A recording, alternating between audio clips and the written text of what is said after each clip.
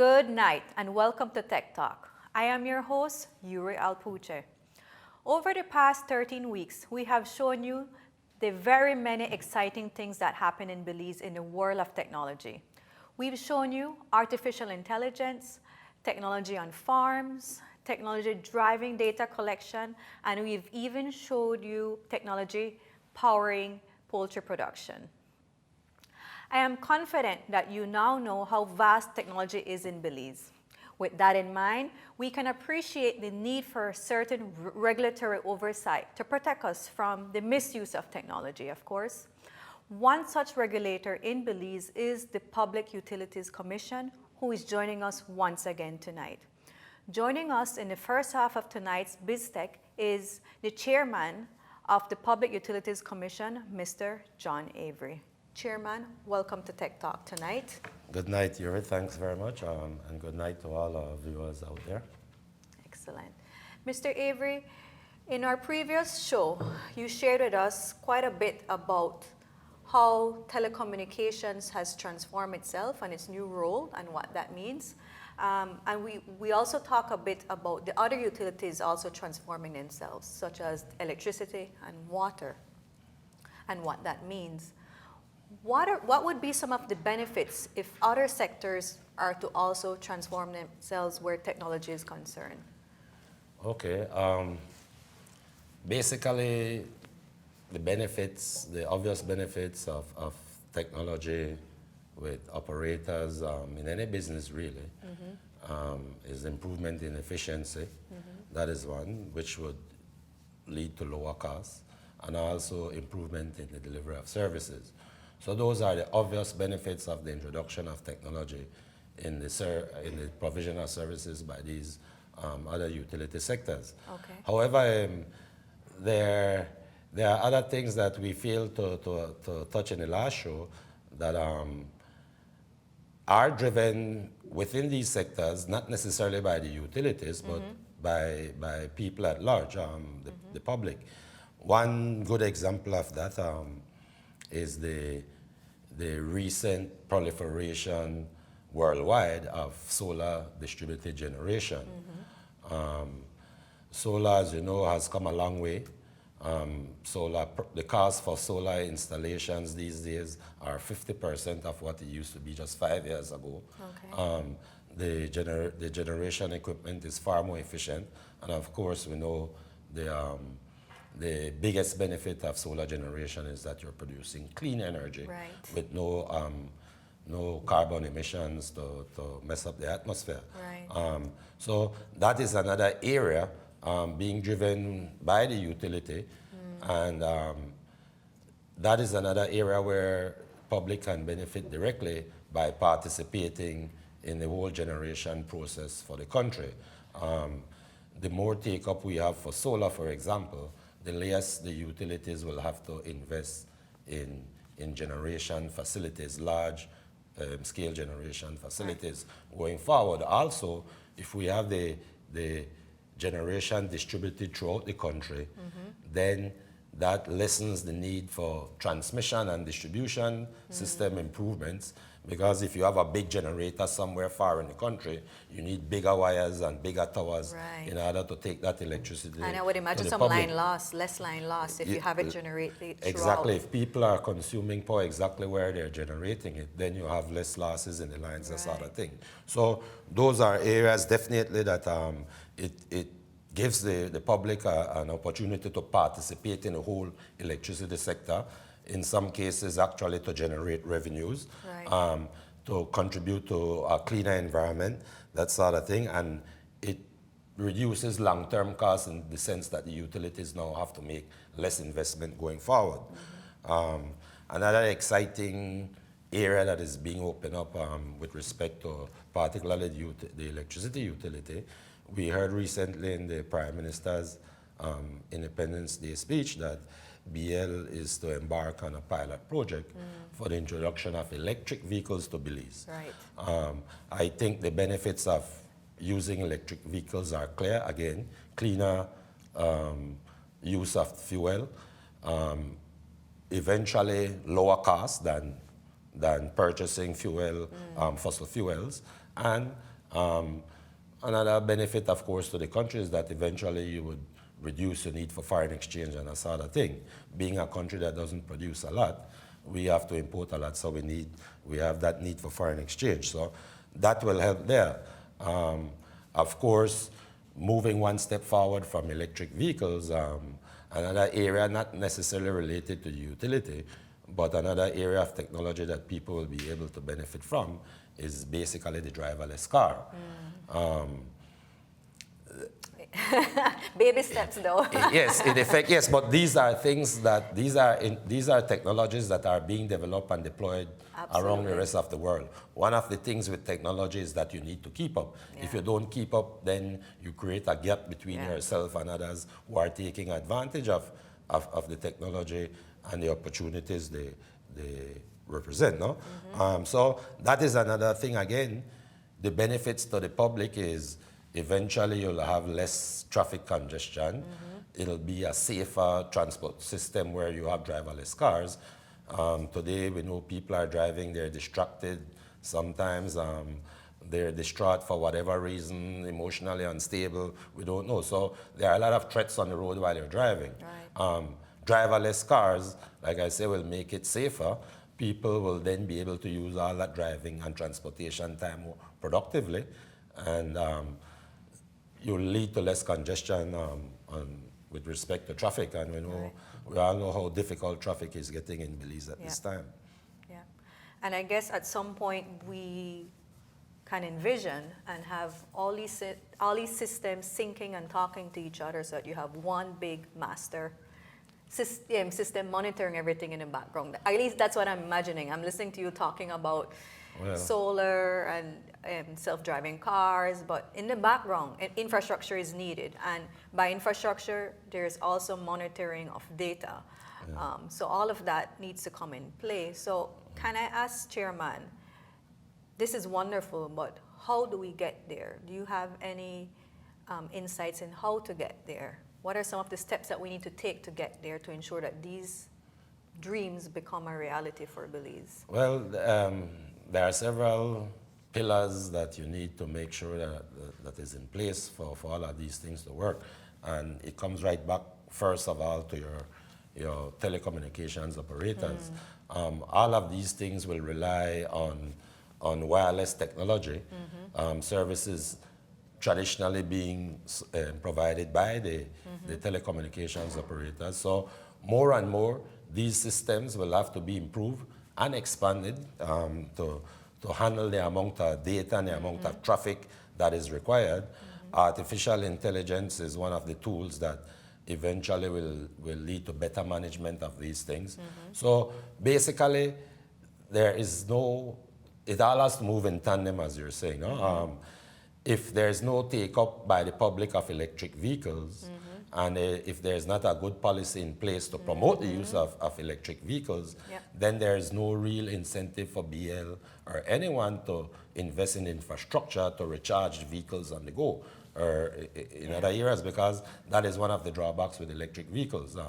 It's not like with a gas vehicle, you have endless gas stations. You run out of gas, you stop, you fill up within a few minutes and you're off.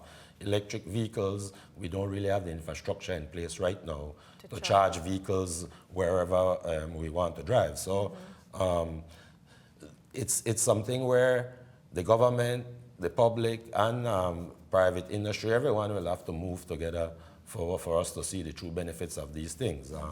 Again, technology, what you have to understand with technology is that new technology is always fairly expensive. And if you don't have quick take-up, then it makes it that much harder to introduce. If you only have 20 electric vehicles being driven around the country, then it makes no sense for BL to invest in infrastructure to service those vehicles in terms of recharging.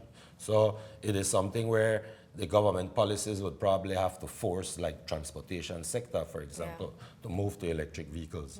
In a phase-in approach or some... Yes, you maybe set targets going forward, but it starts with the government. There must be some policy, directive that says this is where we want to go, this is what is important to us, and these are the steps we're going to take to get there, no? Because, like I say, everyone has a role to play.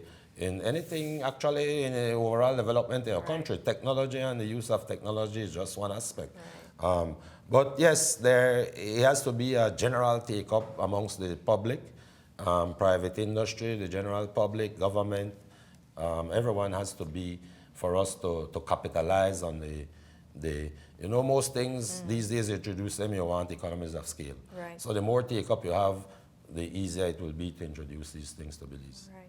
Chairman, from where you sit, because I know you see a lot of the different proposals and plans in the pipeline, whether you put out a proposal for it or whether it comes to you unsolicited, do you feel as though Belize is ready for all of this? Do you think they're hungry for all of this?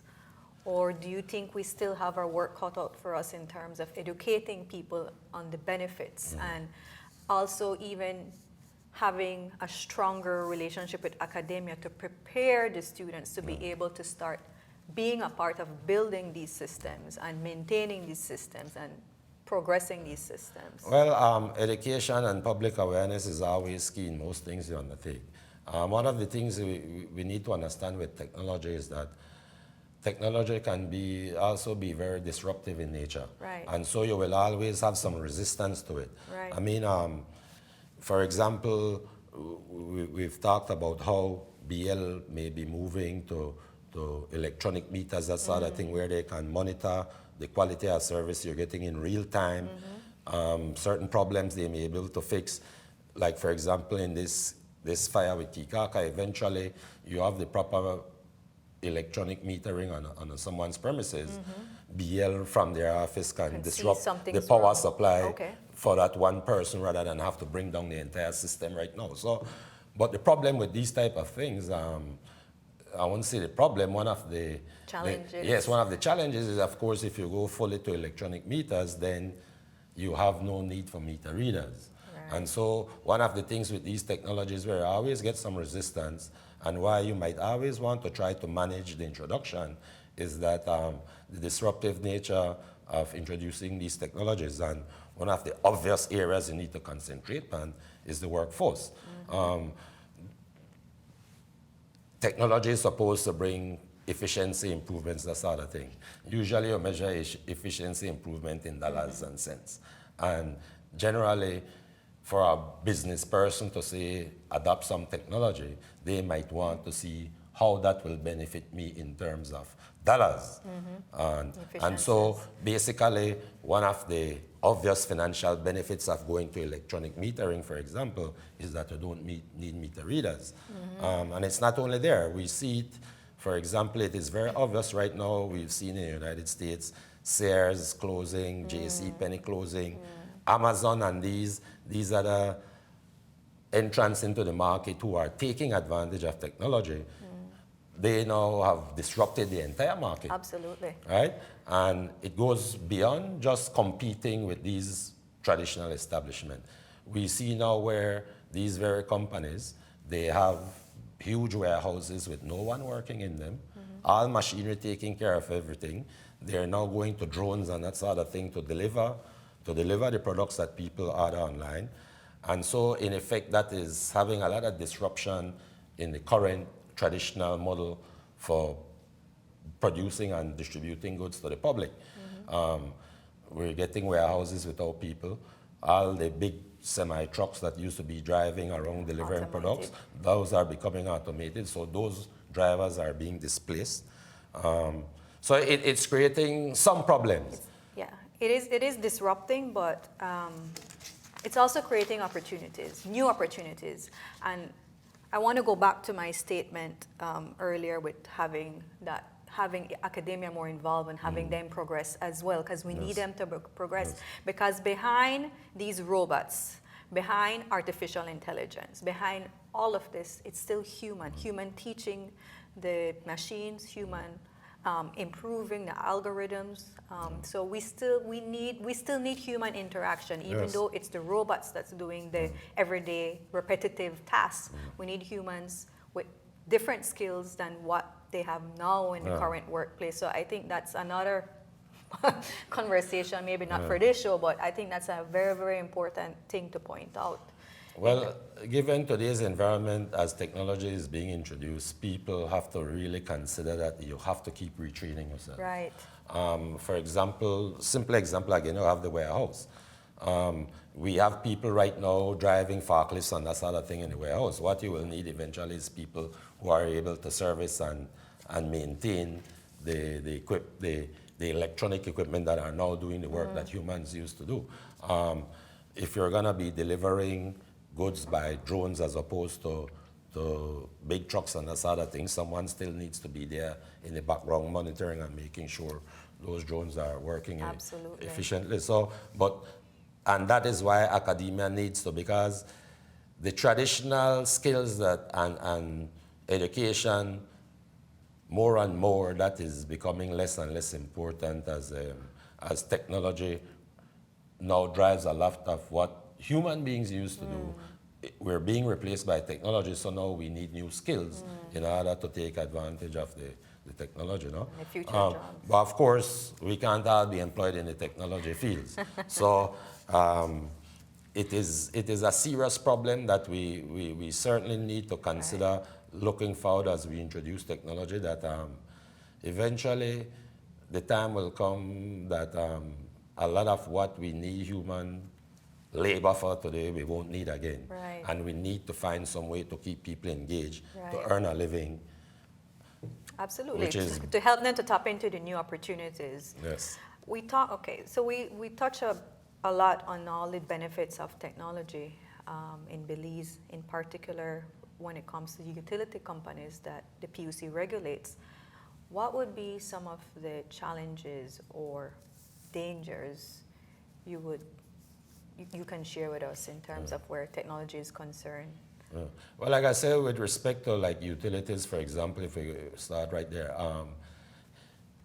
the benefits of, for example, people going to solar generation.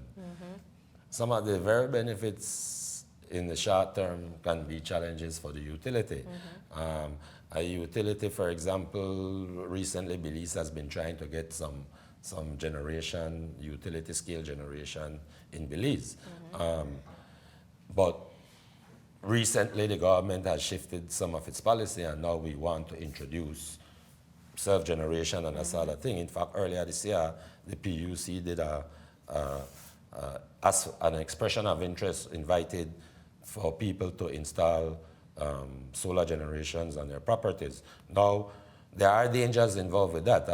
If you don't have proper protections and control systems, BL might cut out an area because they need to do some work on the line, and you are generating power, and you are keeping that line energized. BL worker believes that, oh, I've cut off the switch so the line is safe. They go up there and then they get electrocuted. So we do have to manage these things. You can't just have it out there and leave people to do exactly what they want when they want.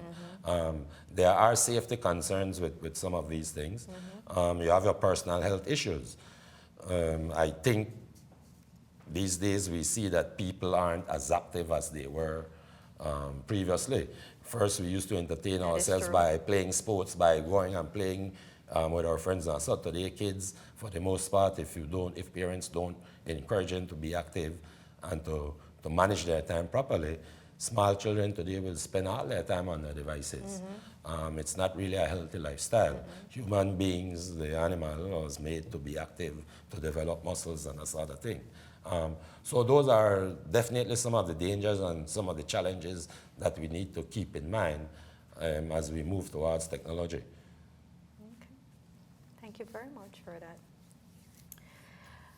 Would you say that the PUC is only technology focused, or is the PUC also concerned with the environment? Well, I think we all need to be concerned with our environment. I think this year in particular, we've seen where our past neglect has resulted in some very serious issues this year.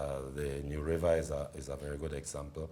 Actually, the PUC has a legal mandate to ensure that the things we do and what we approve, that we seek the best solutions in terms of the impact, negative impacts that such things would have on the environment.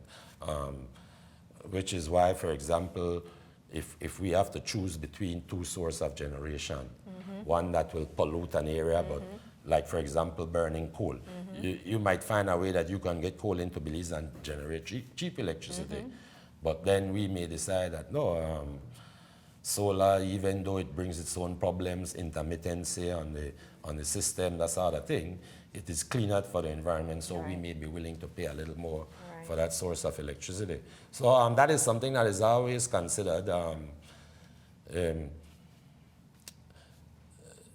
But the thing is, it's not only PUC. Actually, there are laws that exist that utilities must follow that has nothing to do with the PUC. Our environmental laws were designed to protect the environment, and it doesn't matter what you're involved in, whether a utility, whether a private, some private company, whether an individual out there just living in the woods. There are laws that we all have to adhere to in order to protect our environment. No? Excellent. By promoting solar and clean energy, hydro, that sort of thing, we do contribute to lowering carbon emissions. No? But so those are always a big part of a major consideration whenever we're planning, particularly in energy production, whenever we're looking forward. As it is right now in Belize, we get by almost 100% of our electricity from renewable resources. And if things were to work out the way we want them to, there'll be a time Belize will basically get 100% of its energy and from perhaps renewable surplus sources. and can sell. Well, hopefully, that is always a target, something you always want to achieve, but you have to remember that our neighbors and the surrounding countries, they're thinking the same way. So we first need to concentrate on our own house before we embark on that. No, but yes, there is potential for Belize to eventually export energy, but again, as with everything, as I mentioned earlier, we need to plan these things carefully, because if you're going to be clearing land and clearing land to put in more and more generation, for example, biomass, if you're clearing the forest just to grow some fuel source in order to generate electricity, you need to understand that has negative impacts too. So, absolutely. Well, thank you for that, Chairman. Excellent stuff. Well, viewers, we now go for our first commercial break. Stay tuned. We will be right back.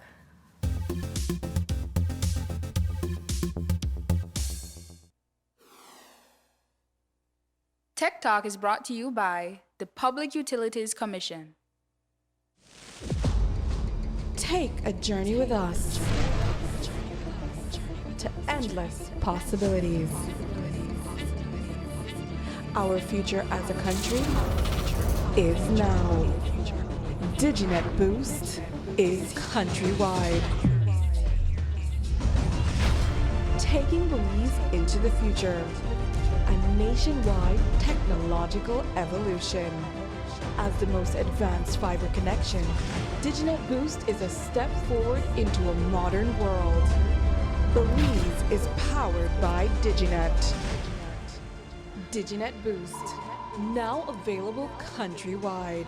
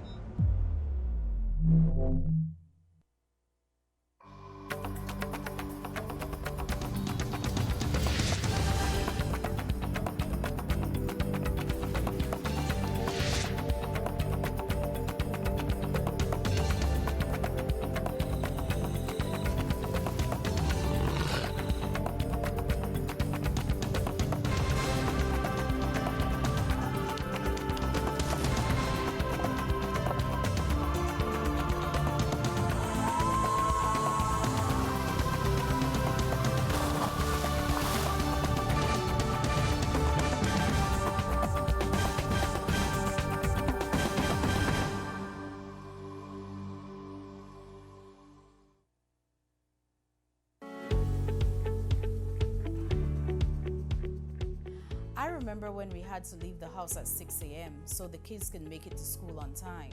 Those long lines in the morning on the narrow, busy highway were always a nightmare. But now that we have this upgraded highway to Ladyville, driving is actually a treat. We can leave our house later, drive with a peace of mind, reach our destination safely, and it takes very little time. Yes, progress does bring inconvenience, but at the end of it, I'm grateful for the development happening around the country. And I'm sure thousands of other Belizeans who travel along that stretch of the highway will say the same. More for Belizeans, more for Belize. The government of Belize, moving Belize forward. This is what we do. It's more or less 10 grams or less. It's that special time again. Bex o'clock. We are changing the name of this year to wet t-shirt competition. Eating too much salt can also increase your blood pressure, and nobody needs that.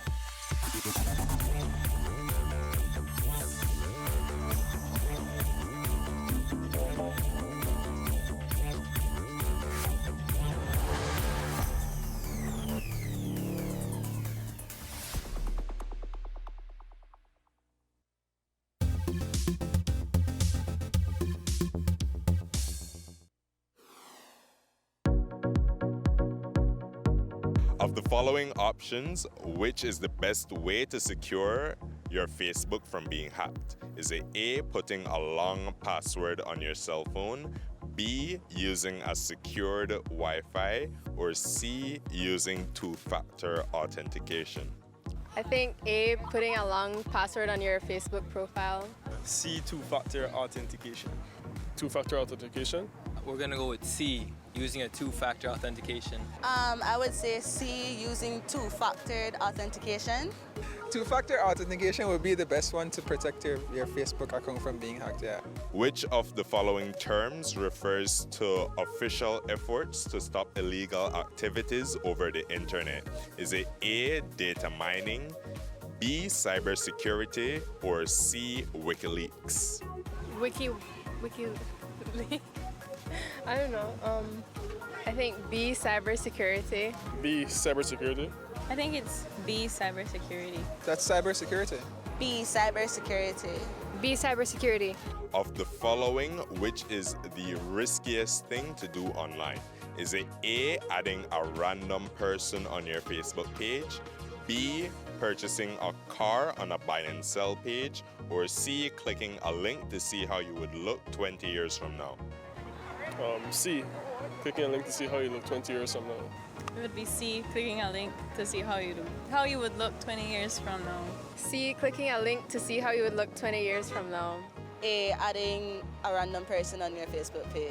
C, clicking a link to see how you'd look 20 years from now. Clicking a link to see how you would look 20 years from now. I think that's the riskiest thing you can do.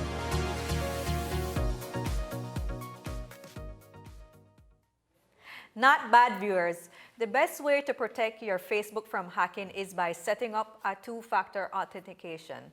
If someone somehow gets access to your login information, they would still not be able to get into your account, since they would also need a specifically generated code sent to your phone, hence the term two-factor.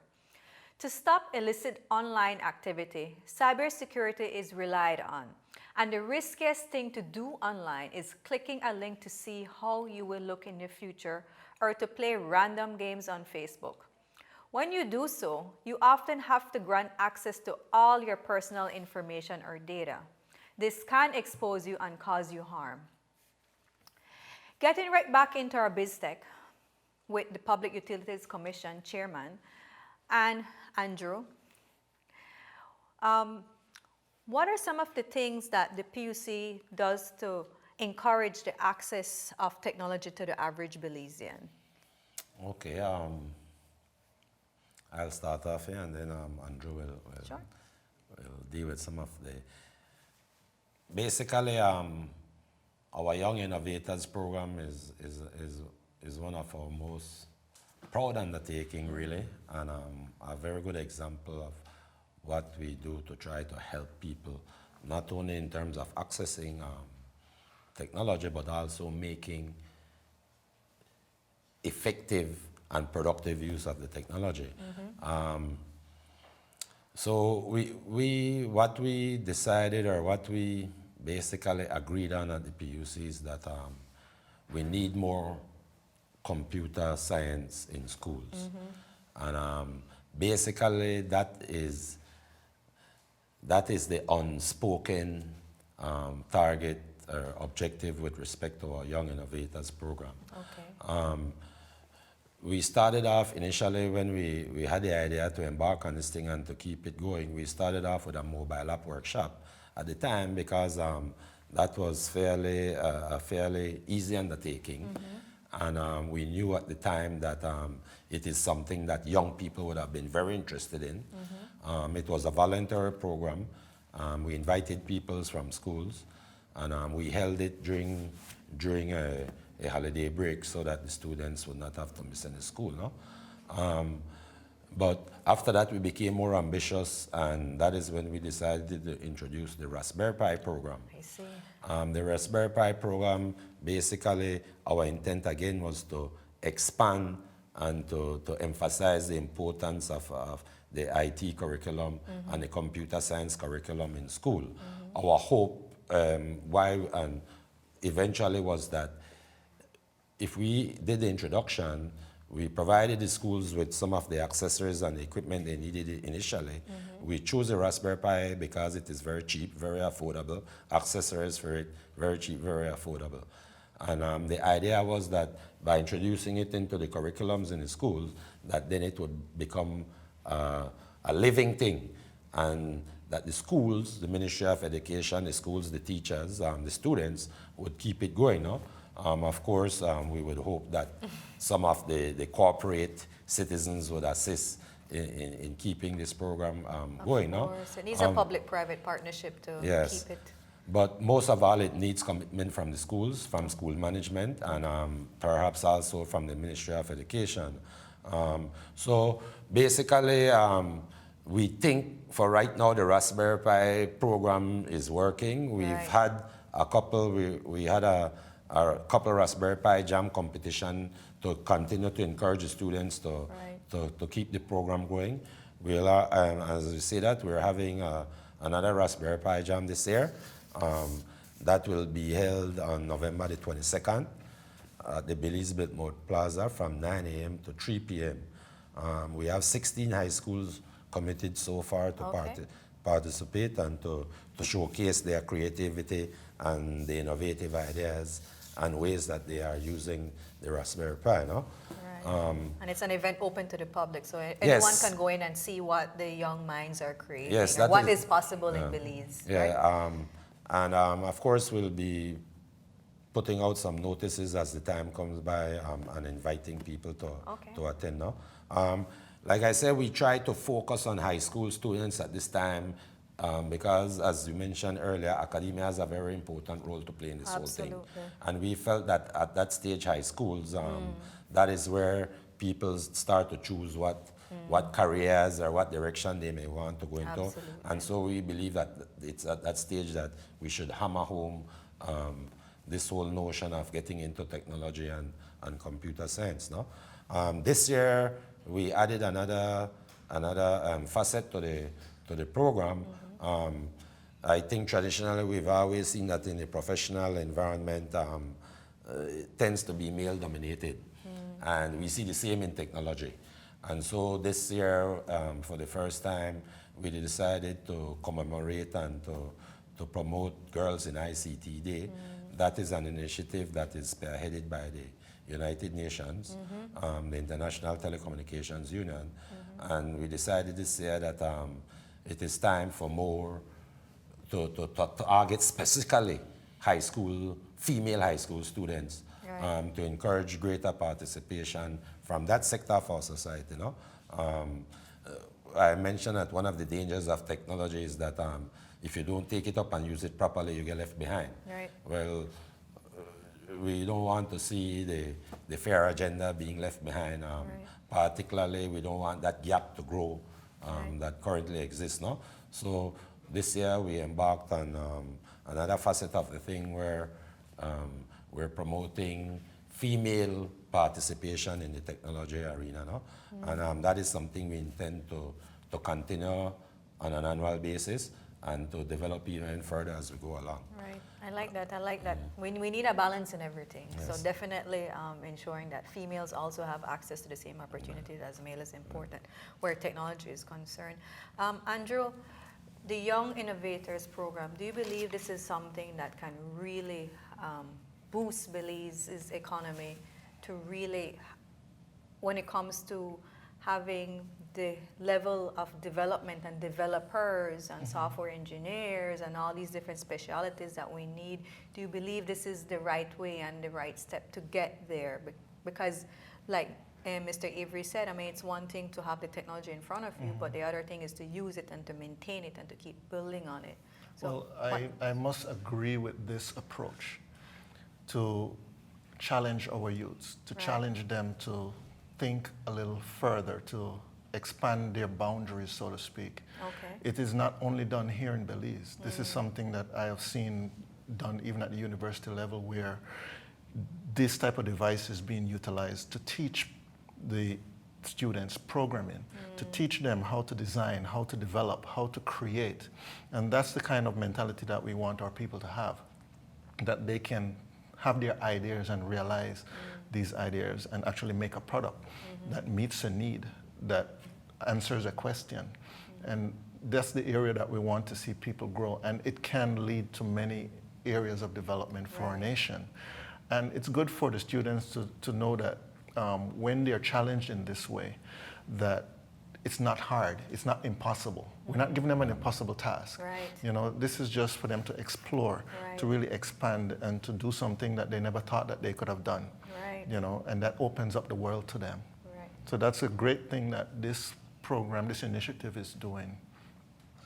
I think here too, again, just as with most of what we do, we need momentum and we need participation from our entire society. Always, from the time we were introducing this whole Raspberry Pi program, a simple example I've always given as to some of the things that we can do here, rather on the Western Highway, we have a couple of areas where we have these displays that tell you your driving speed when you're driving by. That is something that with a Raspberry Pi, the proper screen and a couple little sensors, a young person, anyone in Belize who has can actually make something like that rather than we importing them from other countries. No? That is just a simple example. Actually, we would like to give a little plug here again.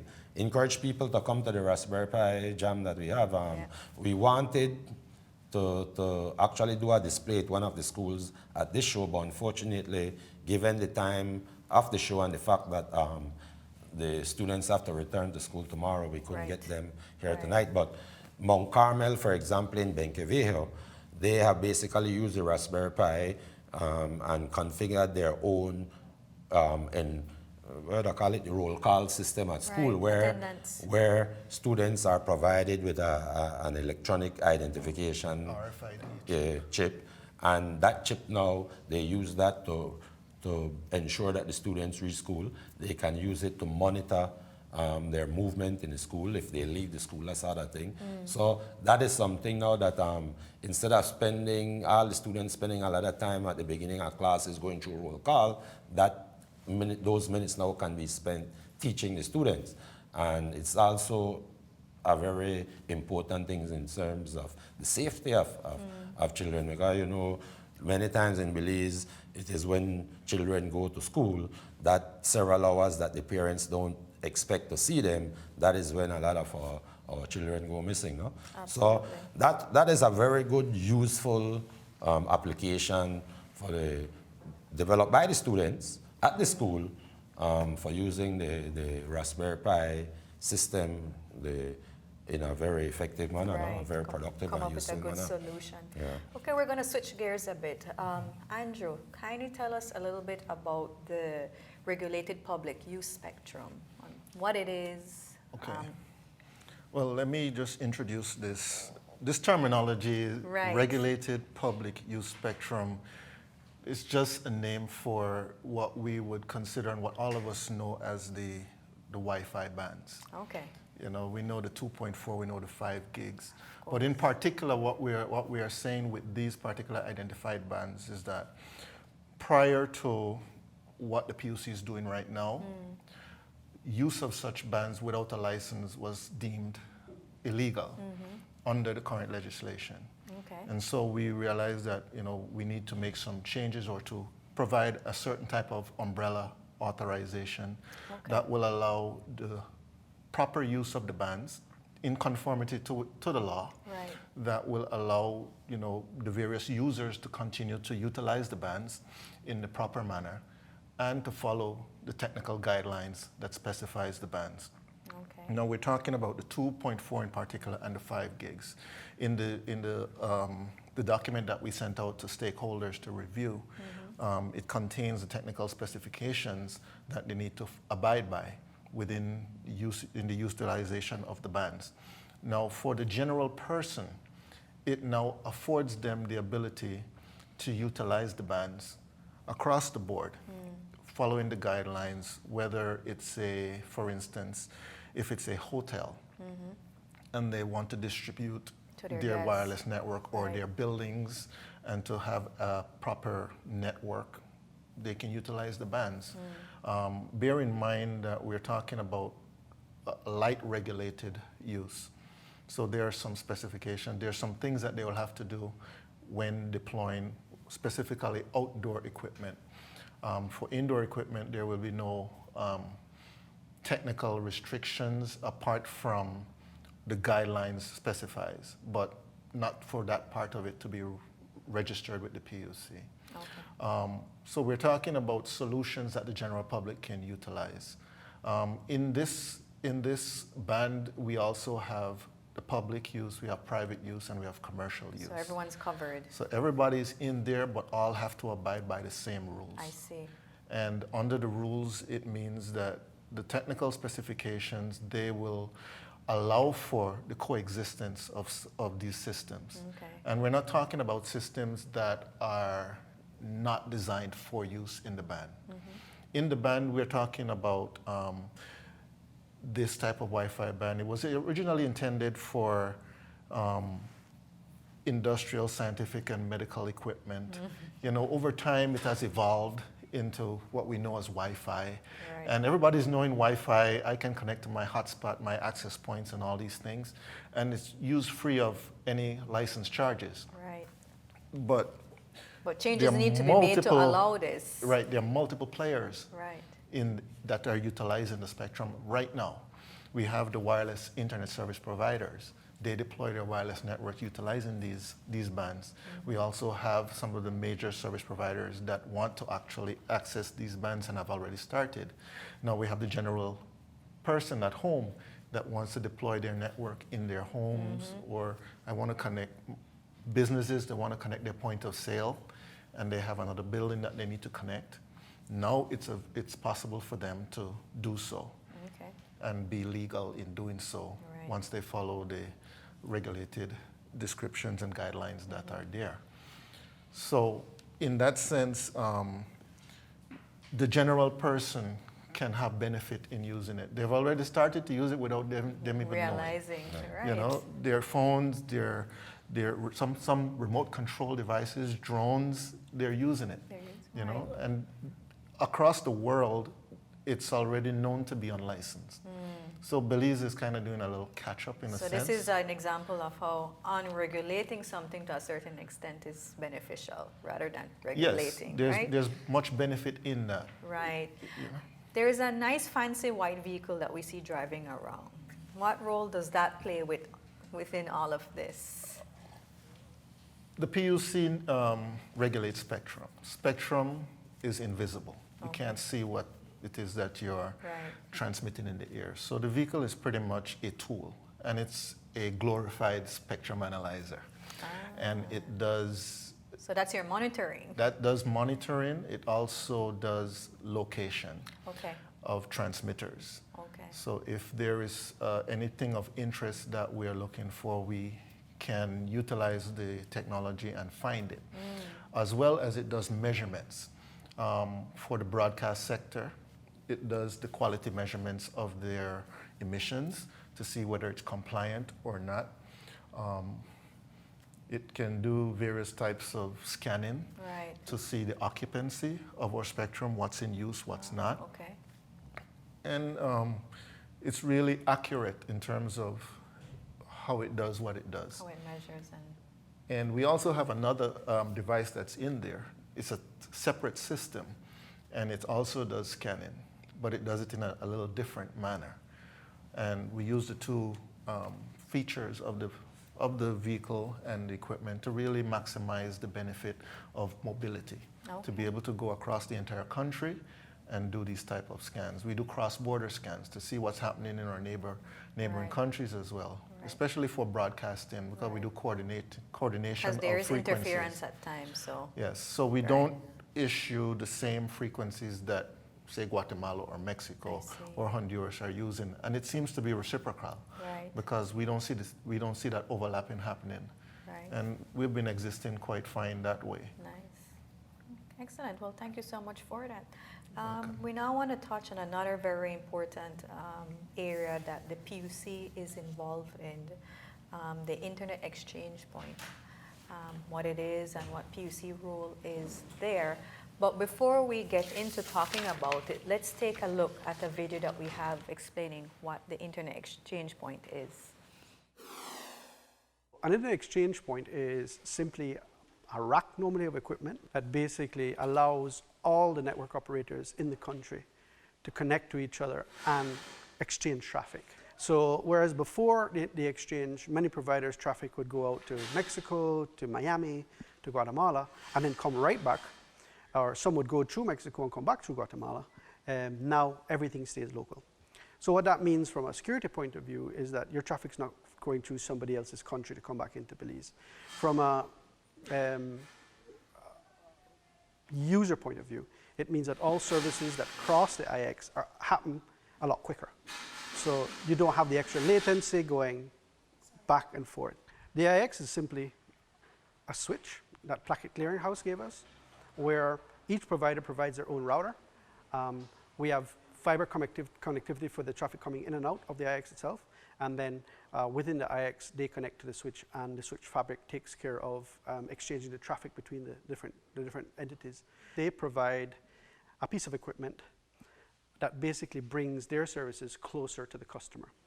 So to give an example quickly of YouTube with Google, if you watch a video for the first time, the CDN server will have to go look for that off the Google servers. But every time it's viewed in Belize after that, it stays on there. And there's various algorithms to decide how long that stays there or not. But the idea is that the IX helps bring services to Belizeans quicker, faster, easier. Now what it also allows is people like UB, who are a founder member, to offer their online courses a lot quicker, a lot more cheaply to basically the entire Belizean people, who is their target. We've been engaging with the government of Belize, and we hope that they will be a partner very soon, and they will connect to the IX. Again, they would have access to literally every single user in Belize, which is great. Very interesting. Mr. Avery, can you kindly share with us the PUC's process in installing the country's first IXP in Belize? Okay. This whole idea really started, one of our commissioners had attended a LACNIC meeting. Okay. LACNIC is the group that assigns numbers, internet numbers, addresses for countries in the Latin American, Caribbean region. And it was at one of these meetings, one of our commissioners thought that, we really need an internet exchange point in Belize. Now, generally in other countries, these things were usually either done as a private sector type venture or something that would have been demanded or required by the government. No? But in Belize, we saw the need for it, and we felt that a couple of the major operators in Belize, if we were to leave it to them, this thing might never happen. And so that commission came back from the meeting with the idea that we need to establish an IXP, and the PUC needs to do something about it. And of course, we discussed it and knocked it about quite a bit until eventually we decided that since we can't really force anyone to do it, we'll have to lobby to get this thing done. We came up with the idea that the PUC may have to resolve some dispute or something with respect to this IXP at some point, so we didn't want to be the owners. We would have given all the financial and technical support needed to get it off the ground, but our thought was that it had to be managed by someone other than the PUC.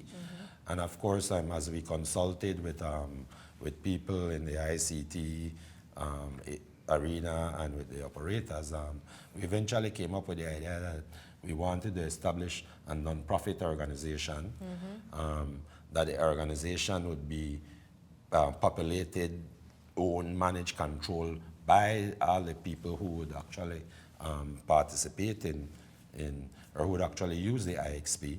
And basically, we started with a process of lobbying people, getting them together. It actually took about 2 years for us to make any real headway, but we had several meetings. We explained the benefits to all the operators, what our vision was, and eventually we convinced them that we needed to form a not-for-profit company. Each operator who has equipment on the IXP would own a share, and they would be the owners of the company. We, of course, had to get the non-profit status established through the Attorney General's ministry. And basically, it was a case of lobbying all the parties that had to be involved. Right. And eventually, we got agreement from everyone. The process started kind of slow, but eventually picked up momentum and enthusiasm from the people who are there. And now it's implemented. It's implemented. And, at this stage, Etienne, how much of the operators in Belize would you say are now active members in the IXP? We have every single major operator at the moment. There's some smaller wireless operators that we don't have at the IX yet, but we're hoping to get them on board through other providers. So pretty much right now, I would say about 90% of the country's traffic, which is based for Belize, goes via the IXP at the moment. So, that's impressive. Yeah, and obviously that includes the two mobile providers who are major. The major ones. Yeah, in terms of growth, you're looking at more mobile in terms of anything else, you know. Right. So, yeah. Well, thank you for joining us, by the way. Can you explain what UB role is in all of this? So UB was very interesting because, as John mentioned, there was a lot of lobbying going back and forth. Everybody wanted the IX in their BTL wanted in theirs, Smart wanted in theirs, everybody wanted in their premises because obviously it gives you a level of control. Right. And John especially was hell-bent that no, it's got to be somewhere neutral. Right. So as with many IXs, obviously the greatest benefit of being a part of an IX is you have at a very small fixed cost access to every single person who traverses that IX. So with UB, apart from being probably the primary and probably the busiest university in Belize, they also have a lot of content that they want to push out in terms of distance learning and this type of thing where connectivity to the IX is perfect for that because basically the IX has everybody in Belize. The other big huge one obviously would be government, but we'll come to that. But UB especially, and I must give them in their defense, they've had changing of different people within UB itself. Right. But I can only see an upside for UB. They are hosts at the moment, and as soon as they start taking more advantage of the IX, including, it doesn't only have to be UB, you know, other universities, other tertiary level institutions. Like you rightly pointed out before, it's about enabling an environment where you can foster this type of thinking all the time. And the IX does allow you, in terms of who connect to it, give you that access to everybody, every single person in Belize that uses the internet. Right. Excellent. Well, that's... Of course, one of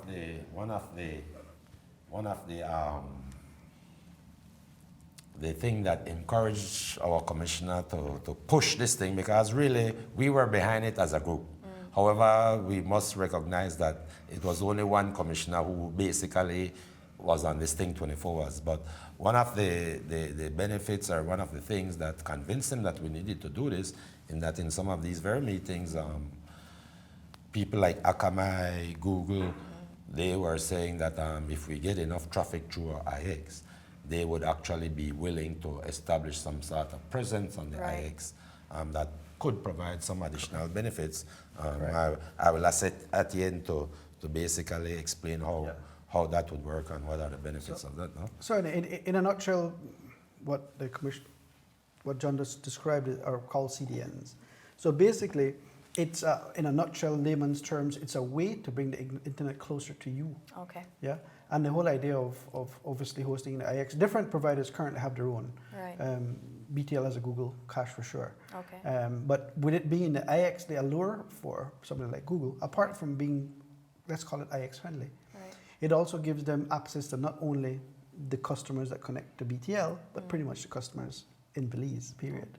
So it gives them a better value proposition, and it also gives them a big snapshot. Remember, their whole business model is metadata.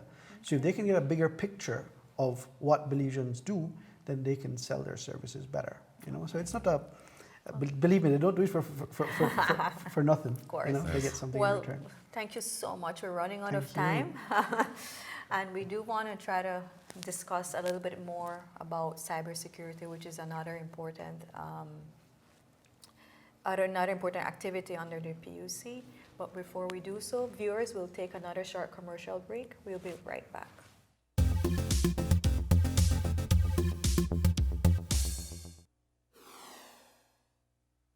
Tech Talk is brought to you by the Public Utilities Commission. It's 2019, and I'm happy to deliver the news that as a Belizean, this is the year your life becomes so much easier. My name is Corey, and I started the Belize Routing Firm with the intent to change the way we think about sharing and presenting ideas. As the world continues to generate new and advanced ways to communicate, I've discovered the importance of offering Belizeans a service that will help to keep us relevant and efficient. BWF offers content creation, content editing, and consultations to provide you with a wholesome writing service. I aspire to create a team that acts as an extension of your marketing departments, your media platforms, your PR personnel, and so much more. BWF will take pride in assisting innovators, service providers, entrepreneurs, and broadcasters to create exceptional content that can be shared publicly. Perfecting content can be time-consuming and strenuous, but that doesn't make it any less important. Take advantage of this quick and reliable service today. Contact us through WhatsApp, email, or even Facebook to get a free quotation. Together, we'll create endless opportunities with your ideas. The Belize Routing Firm, perfecting content, promoting communication.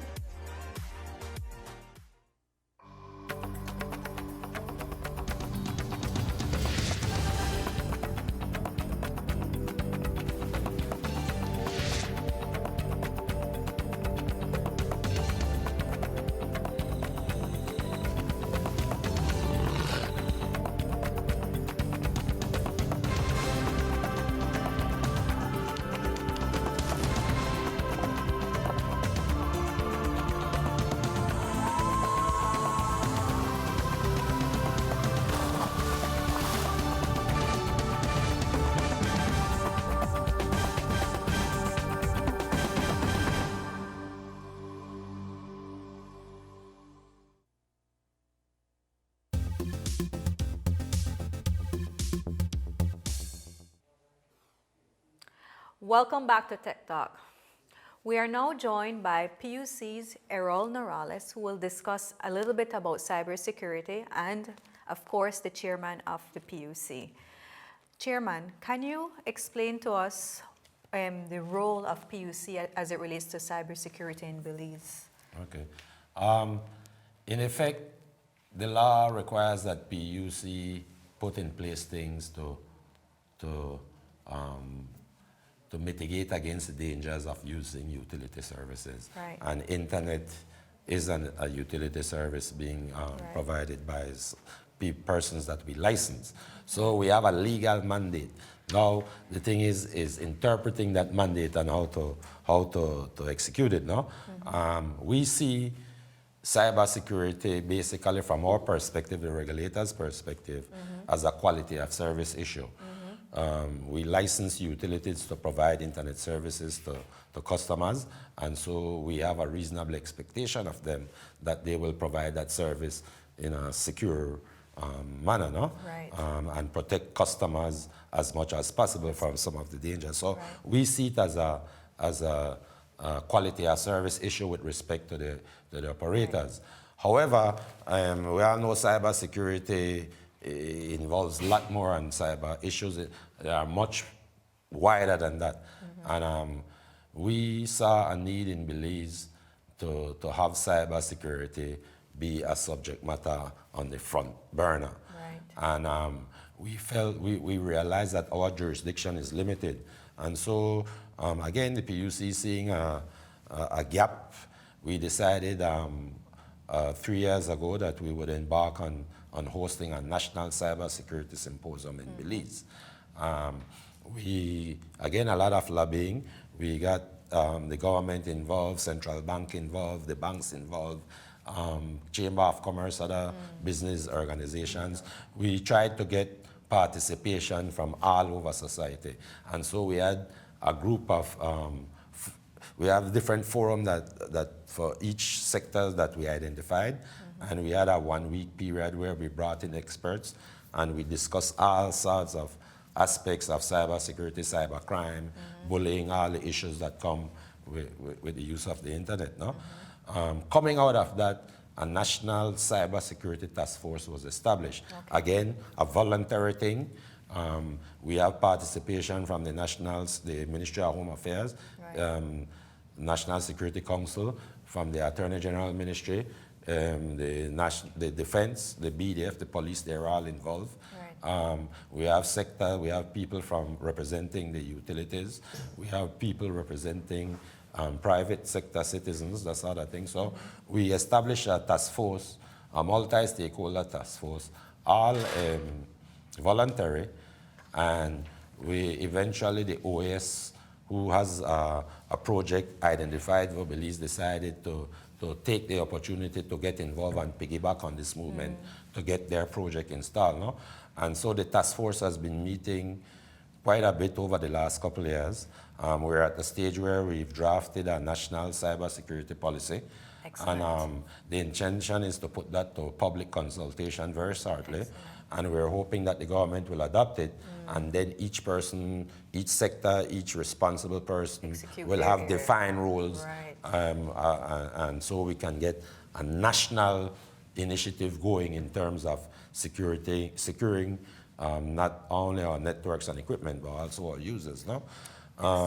So that is where we are with that. I think we have a next show scheduled for next week where we will deal specifically with the work of the task force and all the other areas that we're working on. But like I say, our specific jurisdiction has to do with the security with respect to the services being provided by operators. And I think it's in that regard here that Mr. Norales will give us a little update on where we are and some of what we're dealing with. No? Mr. Norales, what are some of the biggest threats well, first and foremost, let's establish what the big question is in terms of what is cybersecurity. Cybersecurity, in a nutshell, is the protection of internet-connected systems and devices, your computers, your phone, tablets, and all that stuff, including both hardware and software and data. And how do we secure them? How do we protect them? It's both physical and it's also cybersecurity.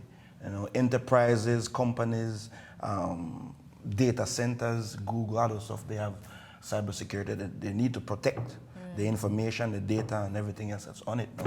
In terms of the major cybersecurity threats, you're looking at things like ransomware, malware, social engineering. Social engineering, you have phishing. You actually have people sending out emails from reputable companies that you might say, this sounds nice, let me open it, and that's how you get catch. You know, and that's what's happening. I mean, we have some incidents that's happened over the years ago, ransomware. You have, in essence, what ransomware is what they will do is they will hack your computer and hold your data ransom for you to pay them to release it via Bitcoin and those type of things.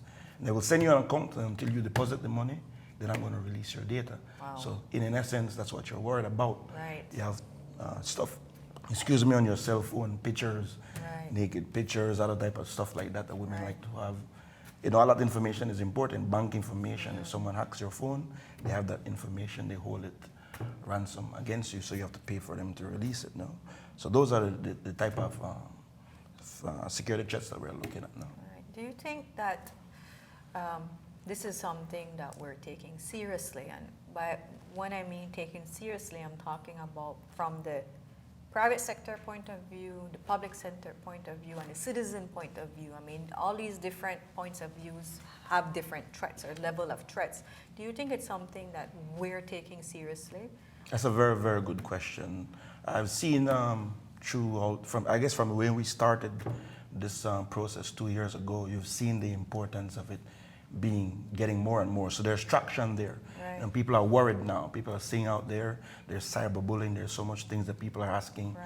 What is this, what can I do, what do I have to look out for, what do I look out for? So the traction is there, right. You know, the information is getting out now, so more people are worried. Okay. You know, so you see it a lot of times, even the kids these days ask me, you know, how do I secure my phone, what do I gotta do to stay protected? So the information is there and the traction is there, so. Definitely think that Belize is now taking it seriously. We just need to continue growing, and hopefully we're able to reach the next level. Create awareness. And create more awareness. At the national level, how can we mitigate cyber attacks? At the national level, what we need to do at the national level to mitigate cyber attacks is more to force, as we are doing it with PUC, is definitely lobbying with the internet service providers to put in the necessary structures in place on their networks, and then also through the cybersecurity task force, we'll have other stakeholders who will be doing the same thing. So it has to be a contributed approach so that everybody is able to work together to get it done right now. And what would be some of the most important features in order to mitigate? Is it policy and legislation and infrastructure, software, awareness? Like, what are the things that we need to ensure that we have a robust cybersecurity program in place and it's working for us? Well, it starts first with the infrastructure in terms of putting the necessary firewalls, making sure that your phone has the necessary updated antivirus softwares, making sure that if you're protecting your passwords, you're using two-factor authentication. Right. You're able to use VPNs whenever you're doing anything banking.